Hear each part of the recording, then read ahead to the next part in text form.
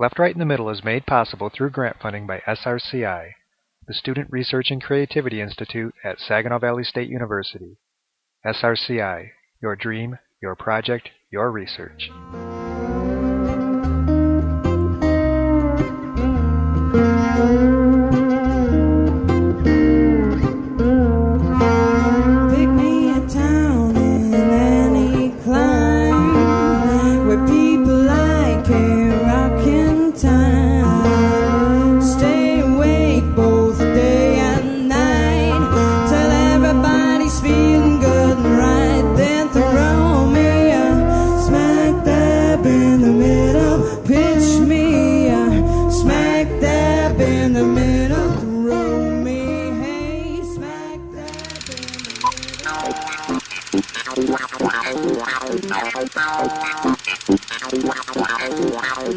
Hey, young America, we need to talk. You may think this is uncool, you may even think it is bogus, but I want to tell you about something that has everyone buzzing. Something that concerns mature boys and girls just like you. Something called grass. Not that grass. I'm talking about marijuana. You may have heard of it. You may have seen someone smoking it, like those burnout bohemians or that crazy-eyed custodian at your school. You may have taken a toke or two. But do you know the whole story? Do you know the blunt truth?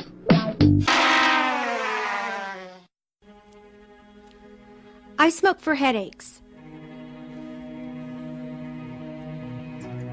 I smoke for my back pain. I smoke to write. I smoke for fun. I smoke to unwind.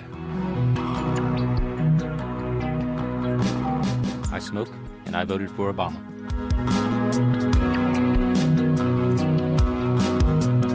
I smoke and voted for McCain. In 1997 alone, over 700,000 arrests were made for marijuana possession. And that's not even counting manufacturing. The total cost to American taxpayers for marijuana-based incarceration exceeds $1.2 billion a year for a harmless plant. Prohibition is a failure most anyone can see. For whiskey sold in every state in the good old USA.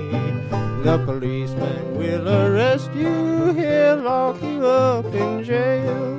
He'll drink up all your liquor and turn you out on bail.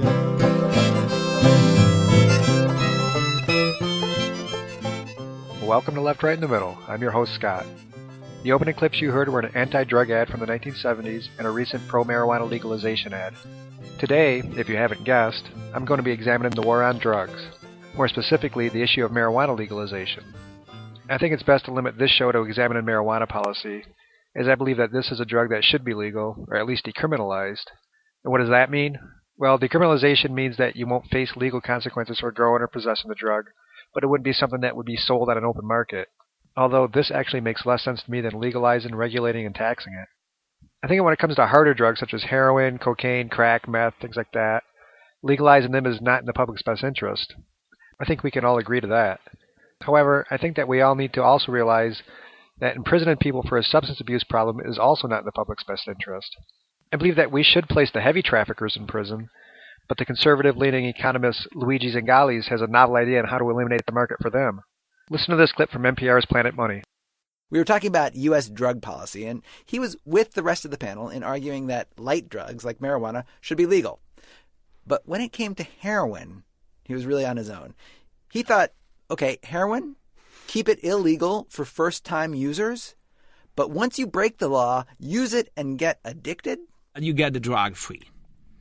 It's better this than stealing and doing or selling drugs to finance my drugs. And the drug dealers will find it very unprofitable to push the stuff because once you are hooked, you have an alternative. So again, I'm just thinking about the campaign poster: legalize marijuana, free heroin to every junkie. Yeah, with certified junkie card. Come on. No, there is a reason why I don't run for office. Now, this, of course, is a radical idea, but really think about the theory behind what Zingales was saying. First, he and all the other economists on the episode agreed that marijuana should be legal. But that's separate from what he was proposing concerning hard drugs such as heroin. And what he was proposing was that if somebody gets hooked on a drug such as a heroin or cocaine or meth, that the government provides drugs for them.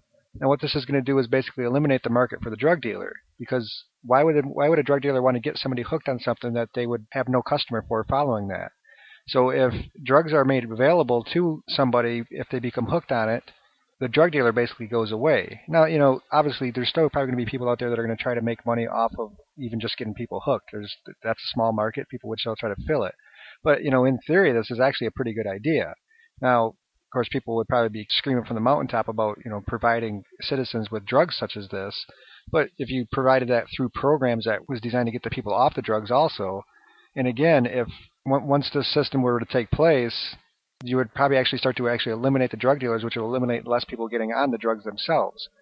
And it's a pretty fantastic idea, but I think it makes more sense than keeping these drugs illegal to the point to where we create this market for criminals such as drug dealers to try to fill that market. His idea is to basically eliminate the market. I mean, he's an economist. That's what he studies, is markets. But again, one thing I can say is imprisoning people for a substance abuse problem is one of the most ridiculous things we could do in this country.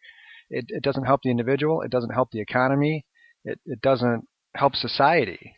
So, that's basically about all I'm going to say when it comes to drugs such as heroin or cocaine or meth for this particular program. But I listening to that, I thought that was a pretty interesting idea that Zingales came up with. And considering that he is a conservative-leaning economist, I thought that could kind of, balance out this argument, because I think that, most people on the liberal side tend to think that the way we're handling the war on drugs, it hasn't worked, is ridiculous, is a waste of money. And the war on drugs basically was started, it was started before that, but Reagan really is the one that pushed it. It was his big campaign. And, the war on drugs, really, everybody kind of thinks that goes back to the 80s. And, when we get further into this podcast, we're going to see how much money that's actually cost us. But this is a conservative economist that's come up with this idea, and I think it's one of the better ideas we've actually had in a while when it comes to trying to actually control these markets and try to get people off of these hard drugs. There's a lot of irony here. You're going to get these people off the drugs by giving them the drugs. Things have been okay for me, except that I'm a zombie now. I really wish you'd let us in. I think I speak for all of us when I say I understand why you folks might hesitate to submit to our demand. But here's an FYI, you're all gonna die screaming, all we wanna do is eat your brains. We're not unreasonable, I mean no one's gonna eat your eyes. All we wanna do is eat your brains. We're at an impasse here, maybe we should compromise. If you open up the doors, we'll all come inside and eat your brains. I don't wanna nitpick, Tom, but is this really your plan? Spend your whole life locked inside a mall. So, as I stated, this episode is going to focus on marijuana prohibition. And the first thing I would like to address is, why is it illegal? But let's not answer that right away. Let's first look at why a government would make anything illegal. And I would say there are two main reasons. To keep individuals from harming other individuals, such as murder, theft, rape, etc., and to keep individuals from harming themselves. Things like seatbelt laws, or you could even say that the new healthcare bill might fall under this. So where does marijuana fall under these? Does an individual using marijuana harm another individual? And I would say no. And now we could argue semantics and say that if the smoke from one person got to another person, that person could be harmed by that. There's a lot of laws now for tobacco use where you're so restricted in where you smoke tobacco, and that hey, that would be all right when it came to marijuana. Let's just assume that it's a person living alone, smoking in their own home. How are they adversely affecting anybody else? They're not. And on to the next reason that something would be illegal. Does marijuana use cause harm to the user? And this I'll get into a little bit later, but let's just say for now that any adverse health effects from marijuana use, even for the heavy user, pale in comparison to the adverse effects of those who are regular tobacco or alcohol users, which are, of course, legal. So I don't think that you can reasonably argue that marijuana should be illegal to protect the individual from harming themselves unless we make alcohol and tobacco illegal. And then here's a little anecdote, a thought experiment, if you will, that I often pose concerning marijuana. Now say that I grow 4 or 5 plants in my backyard. On my property, marijuana never leaves my home. I grow it for my own personal use. I don't traffic it. I don't even take it to a neighbor's house. It never leaves my property. But yet, the DEA could come into my yard, arrest me, and say that they're arresting me because I'm a possible trafficker. They're basically arresting me for a predetermined crime. They're as if saying that this is what they expect me to do with this substance. Even though I have grown in my yard, they have never witnessed me taking it off my property. They have never witnessed me selling it to anybody. I haven't sold it to anybody. This is the premise, that I only grow it on my property and I smoke it for my own personal use. But yet I could be arrested. I could be put in prison for that. You know, and this is analogous to, say, I have a rack of guns in my house, and they walk into my house and arrest me for a predetermined murder because I may in the future shoot somebody with that gun. They never saw me shoot anybody. They never had a report that I've shot anybody, but they think that I might shoot somebody with that gun in the future. And that's kind of how I see it if you're growing marijuana on your property and you never sell it, you never traffic it, you grow it for your own use. How is that possibly illegal? I'm growing this marijuana and you see me put it in my car and I drive off my property, then arrest me. But how can you walk into my property and arrest me for growing something in my property when you see no crime done? But that can happen with marijuana use, if you're growing marijuana. So that's something I've often posed to people, just to kind of get them thinking about that. And so I generalize about why it is that government might make something illegal, but why more specifically is marijuana illegal? And from the best I can tell, there are 3 main reasons. 1 being the health or psychological risk of using it. 2, it is a gateway drug to harder, more dangerous drugs. And 3, there's moral opposition to it. I'm going to tackle these in reverse order. First, I'm going to immediately discount any bearing moral opposition should have on the legality of anything. Say porn, drugs, curse words on TV. You know, if you don't like something, don't use it, don't watch it, don't listen to it, but don't condemn it for others who don't share your views. You know, and as Forrest Gump says, that's all I've got to say about that. Next, let's examine whether marijuana is a gateway drug. And an article published by the National Academy's Press titled Marijuana as a Gateway Drug tells us this. Patterns and progression of drug use from adolescence to adulthood are strikingly regular. Because it is the most widely used illicit drug, marijuana is predictably the first illicit drug most people encounter. Not surprisingly, most users of other illicit drugs have used marijuana first. In fact, most drug users begin with alcohol and nicotine before marijuana, usually before they are of legal age. In the sense that marijuana use typically precedes rather than follows initiation of other illicit drug use, it is indeed a gateway drug. But because underage smoking and alcohol use typically precede marijuana use, marijuana is not the most common and is rarely the first gateway to illicit drug use. There is no conclusive evidence that the drug effects of marijuana are causally linked into the subsequent abuse of other illicit drugs. And in another article found at rawstory.com titled, Study, the Gateway Drug is Alcohol, Not Marijuana, there was this to say. A study in the August edition of the journal School Health finds that the generations-old theory of a gateway drug effect is in fact accurate for some drug users, but shifts the blame for those addicts escalating substance abuse away from marijuana and onto the most pervasive and socially accepted drug in America, alcohol. So I jumped forward a little bit in this article. It said, while Barry's study shows evidence that substance abuse behaviors can be predicted with a high degree of accuracy by examining a subject's drug history, he believes that the persistent and misguided notion of marijuana as a primary gateway to more harmful substances went awry because its creators, who called it the stepping stone hypothesis in the reefer madness era of the 1930s, and if you haven't seen the movie Reefer Madness, you really should. It's the funniest movie ever made. Back to the article. Fundamentally misread the data and failed to conduct an adequate follow-up. Some of these earlier iterations needed to be fleshed out, Barry said. That's why we wanted to study this.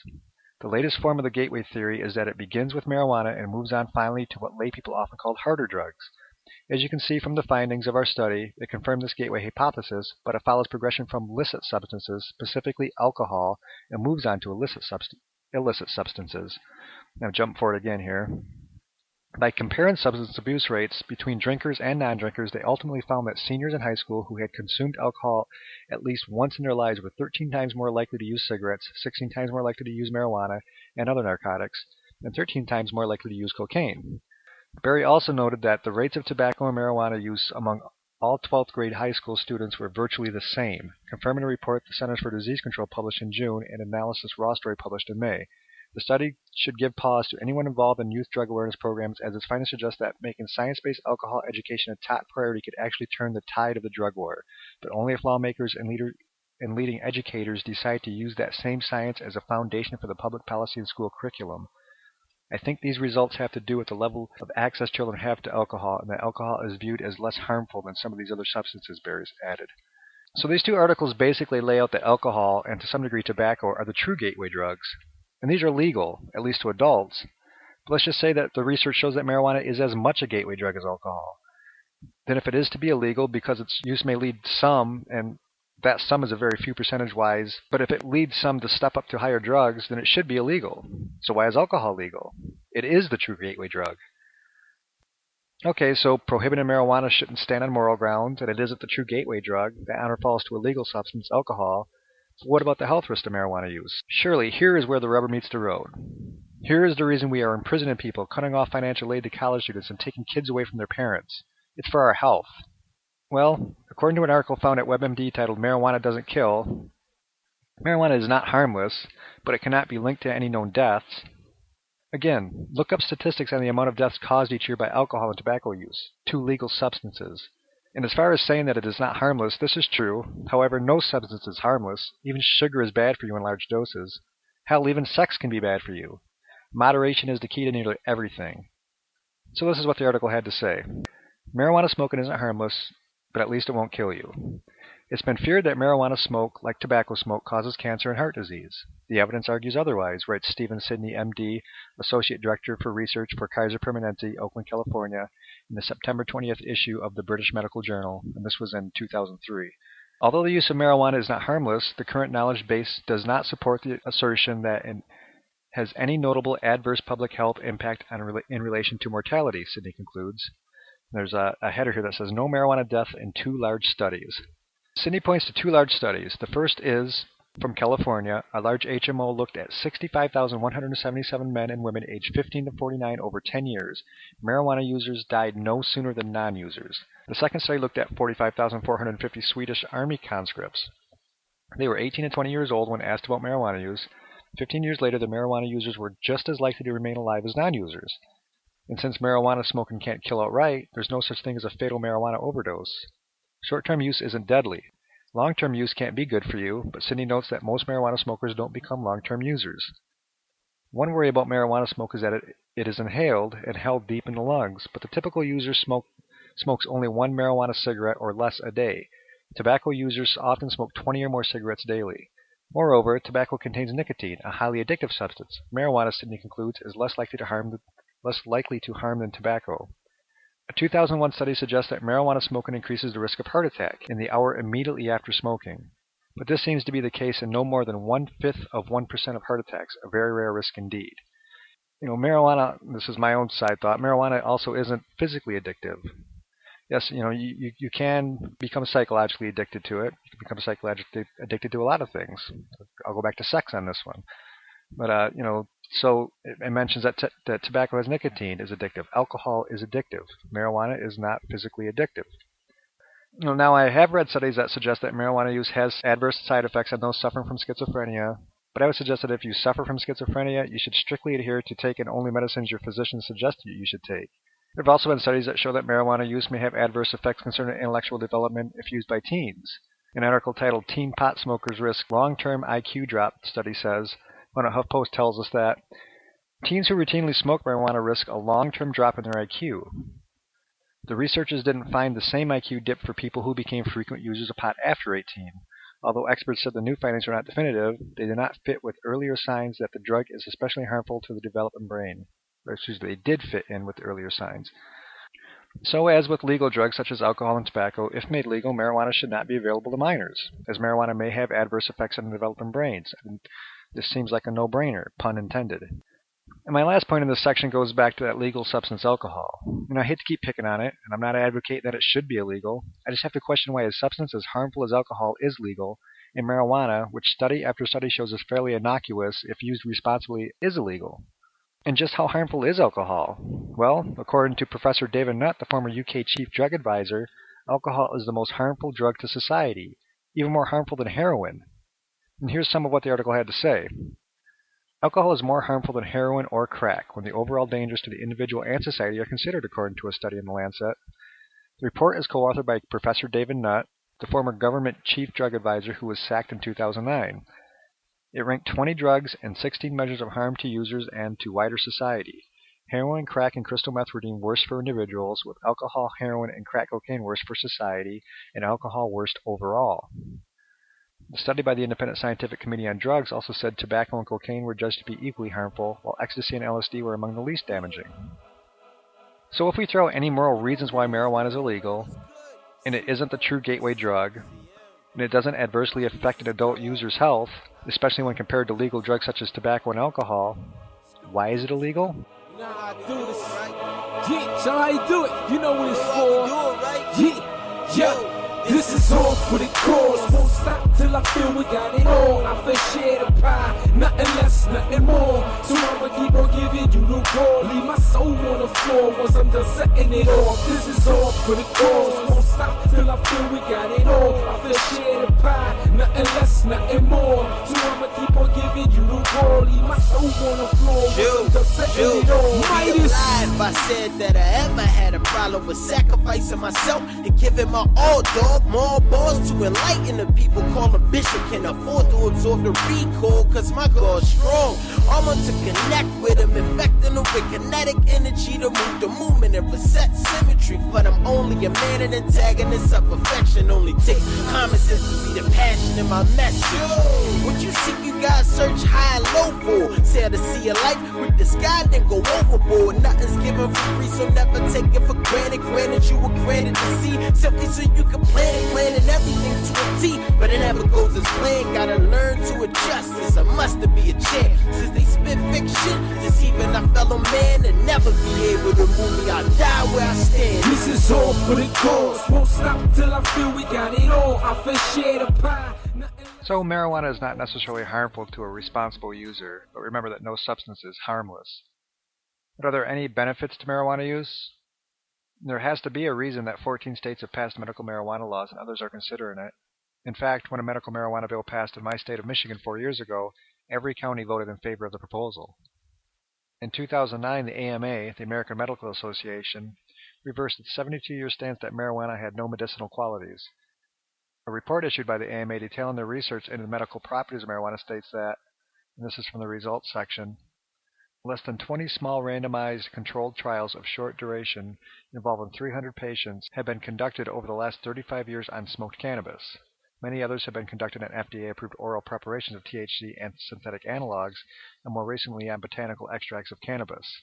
In other words, that's saying that smoked marijuana itself really hasn't been studied, but different derivatives of it and different pharmaceutical variations of it have been approved by the FDA and studied. It goes on to say, efforts to reschedule marijuana from Schedule 1 of the Controlled Substances Act have been unsuccessful to date. And what Schedule 1 is, it means that a drug has no medical purposes, or it has the highest abuse potential, or there is a lack of accepted safety for the drug, and therefore it tends to carry more severe legal penalties. And what other drugs fall into this category? Well, you have drugs like heroin and morphine and meth and LSD. Oddly enough, alcohol doesn't. And again, I hate to keep picking on alcohol, but alcohol does fit the protocol for Schedule 1, and much better than marijuana. But back to the article. And this is from the conclusion section. Results of the short-term controlled trials indicate that smoked cannabis reduces neuropathic pain, improves appetite and caloric intake, especially in patients with reduced muscle mass, and may relieve spasticity and pain in patients with multiple sclerosis. However, the patchwork of state-based systems that have been established for medical marijuana is woefully inadequate in establishing even rudimentary safeguards that normally would be applied to the appropriate clinical use of psychoactive substances. The future of cannabinoid-based medicines lies in the rapidly evolving field of botanical drug substance development, as well as the design molecules that target various aspects of endocannabinoid system. To the extent that rescheduling marijuana out of Schedule 1 will benefit this effort, such a move can be supported. And what this is saying is that there are definitive medical benefits to the psychoactive properties contained within marijuana. However, the FDA's refusal to reschedule marijuana makes it so that adequate testing cannot be conducted to 1. Truly explore all the medical benefits of it, and 2. Discover any possible ill effects from its use. So I'd suggest contacting your representative and suggesting that they support sensible drug policy and urge the FDA to reschedule marijuana out of Schedule 1. And then there's an article just published last week at HuffPost titled, Marijuana and Cancer, Scientists Find Cannabis Compound Stops Metastasis in Aggressive Cancers.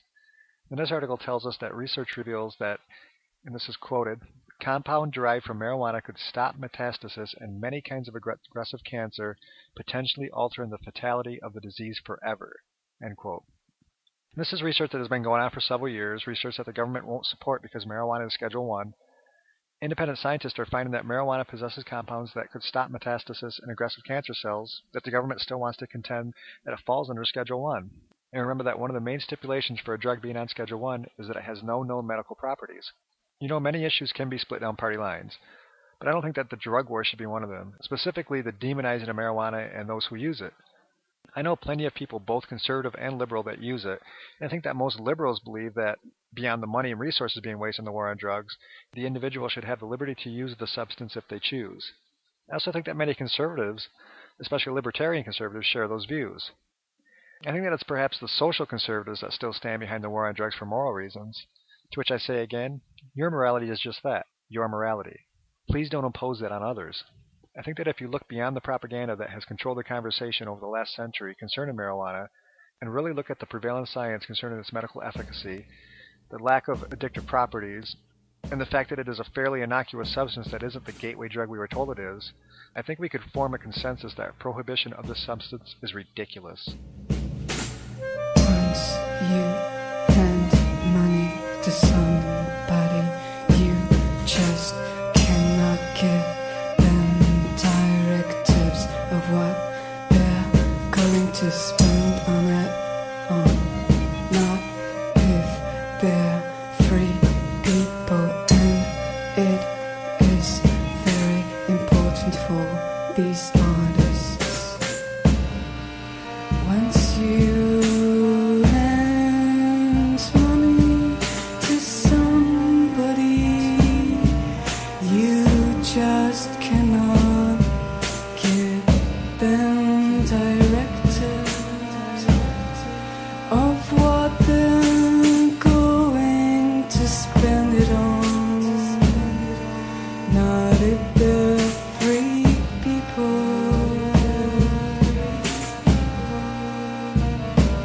Not if they're free people.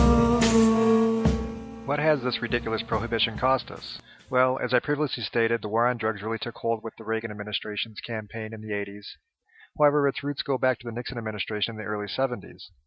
And since that time, the taxpayers have spent $1 trillion on this war, a war that can never be won. We seem to be good at dropping trillions into wars that can't be won. See Iraq and Afghanistan for other examples. Moreover, it's a war that ultimately pits a government against its own people. We spent $1 trillion in 40 years, and yet drugs are still plentiful and easily available if you seek them. So perhaps it's time to try a different approach. Imagine if we had put that $1 trillion into education and infrastructure over that 40 years. Perhaps building a high-speed rail system connecting major urban hubs, or creating solar technology that could get us off of fossil fuel dependency.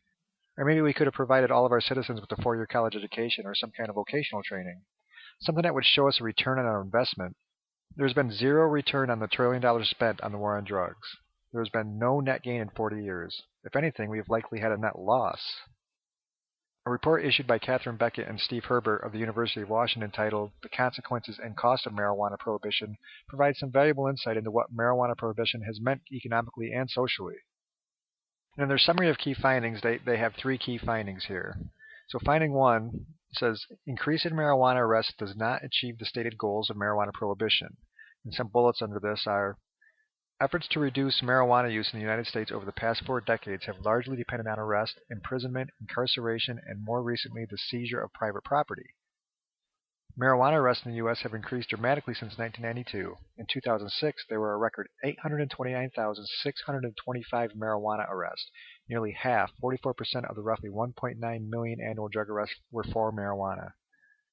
Despite recent increases in marijuana arrests, the price of marijuana has dropped, its average potency has increased, it has become more readily available, and marijuana use rates have often increased during the decade of increase in arrests. It thus appears that the goal of marijuana prohibition have not been achieved. Finding 2. The collective costs of marijuana prohibition for the public are significant. The personal costs to individuals are also substantial, not adequately assessed by policymakers, and may negatively impact society as a whole.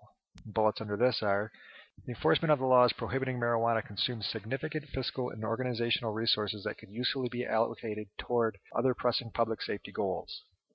Marijuana arrests are not evenly distributed across the population, but are disproportionately imposed on African Americans. So there's a racial aspect to the war on drugs, but that's really not a shock. The enforcement of marijuana law imposes a range of social, psychological, and familial costs on those arrested for marijuana law violations. A complete accounting of the costs and benefits of marijuana prohibition requires consideration of these non-monetary costs. So there's, other mitigating factors that family members feel from things that happen for marijuana arrests. There's kind of the butterfly effect. Finding 3. Decriminalizing marijuana and deprioritizing enforcement of marijuana laws leads to no significant increase in marijuana use. Bullets under that are: many states and localities have either decriminalized marijuana or deprioritized the enforcement of marijuana laws. And that's 14 at this point, plus the District of Columbia. There is no evidence that the decriminalization of marijuana by certain states or the deprioritization of marijuana enforcement in Seattle and other municipalities caused an increase in marijuana use or related problems. This conclusion is consistent with the findings of numerous studies indicating that the increasing enforcement of marijuana laws has little impact on marijuana use rates, and that decriminalization of marijuana in U.S. states and elsewhere did not increase marijuana use. And then further down in the report, down on page 12, I was just reading from the key findings there, but down on page 12, it says that the proportion of all drug arrests that involved only marijuana also grew considerably over the 1990s. Until 1995, most drug arrests focused on the other drugs such as heroin and cocaine. By 2006, however, 44% of the nation's roughly 1.9 million drug arrests involved only marijuana. In fact, most of the increase in the number of drug arrests since 1990 was caused by rising numbers of marijuana arrests. This pattern leads some experts to suggest that the war on drugs is increasingly a war on marijuana. Marijuana arrests also become more likely to involve the crime of possession rather than trafficking or distribution. Between 1990 and 2006, the share of all drug arrests that involved marijuana possession increased from 24% to 39.1% by 2006. Only 11% of marijuana arrests were for growing or selling marijuana. The remaining 89% were for possession of marijuana. So the drug war is increasingly becoming a war on marijuana, a drug that is not addictive and less of a health risk than two of the most popular illicit drugs, alcohol and tobacco. It's time to end this war. And if we were to end this war, what would that mean to the budget? After all, that seems to be one of the biggest issues on Capitol Hill in recent years. We have budget deficits, a ballooning national debt, and politicians unwilling to raise taxes and make cuts in areas that could help to put things back in line.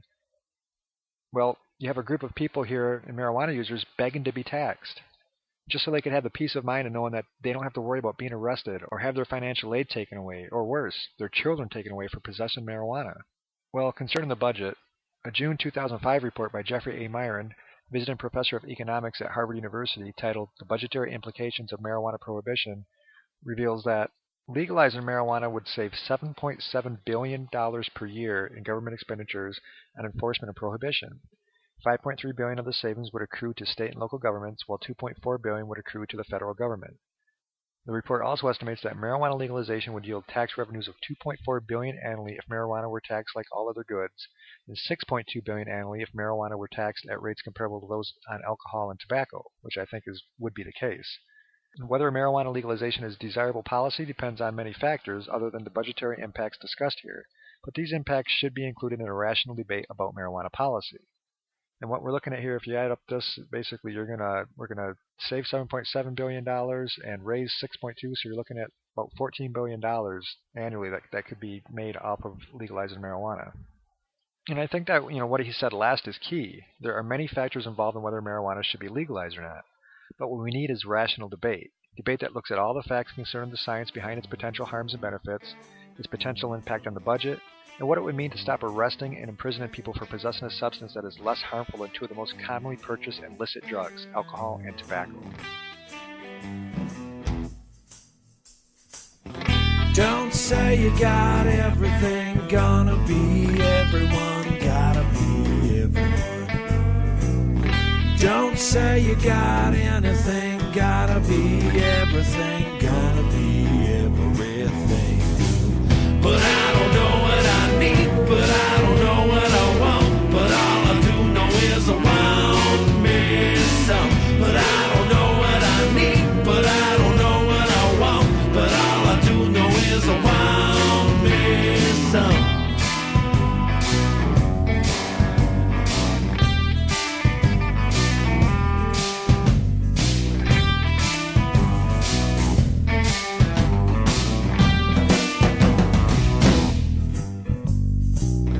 Don't say I got everything, got everyone. Gonna be just say so.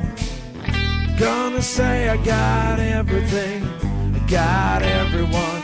I gotta just say no, go. Here, right here, here it is, and I hear it is neither here nor there.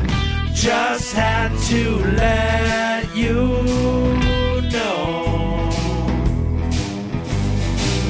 But I don't know what I need, but I don't know what I want. But all I do know is I want me some. But I don't know what I need, but I don't know what I want. But all I do know is I want me some.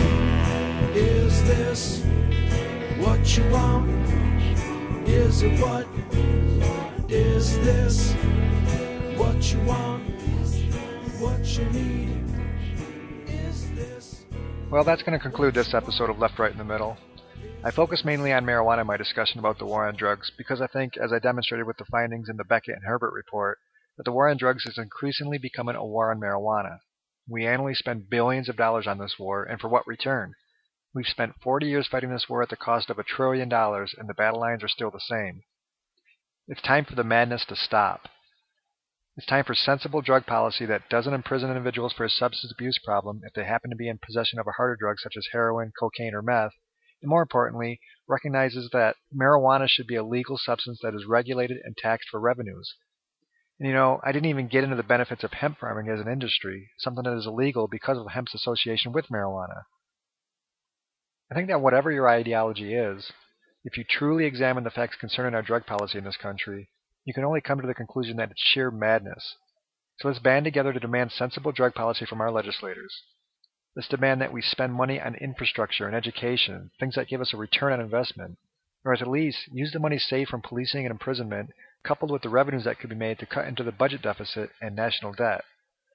Prohibition was a failure when it came to alcohol, and it has long been a failure concerning marijuana. It's time we faced that fact and had a rational debate concerning not only how marijuana policy is handled, but how our drug policy is handled concerning all drugs. So join me in 2 weeks for another episode of Left, Right, in the Middle. At this point, I have no specific subject for the show, although with the election looming, I am leaning towards doing a show on voter ID laws.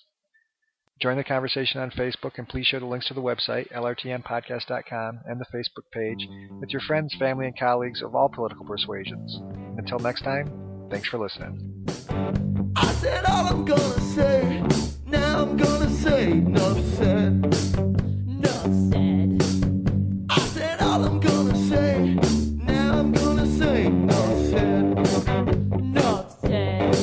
I said all I'm gonna say, I take the 50 day. I said all I'm gonna say, well not no other way. I said all I'm gonna say, now I'm gonna say enough said.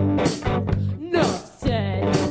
I said I might be out of town. Enough said, enough said. I said I might not be around. Enough said, enough said. Said the connection's poor. Enough said, enough said. Can't hear you anymore. Enough said, enough said. I said I gave at the office. I like them all the same. I voted for the other guy. I'm not the one to blame.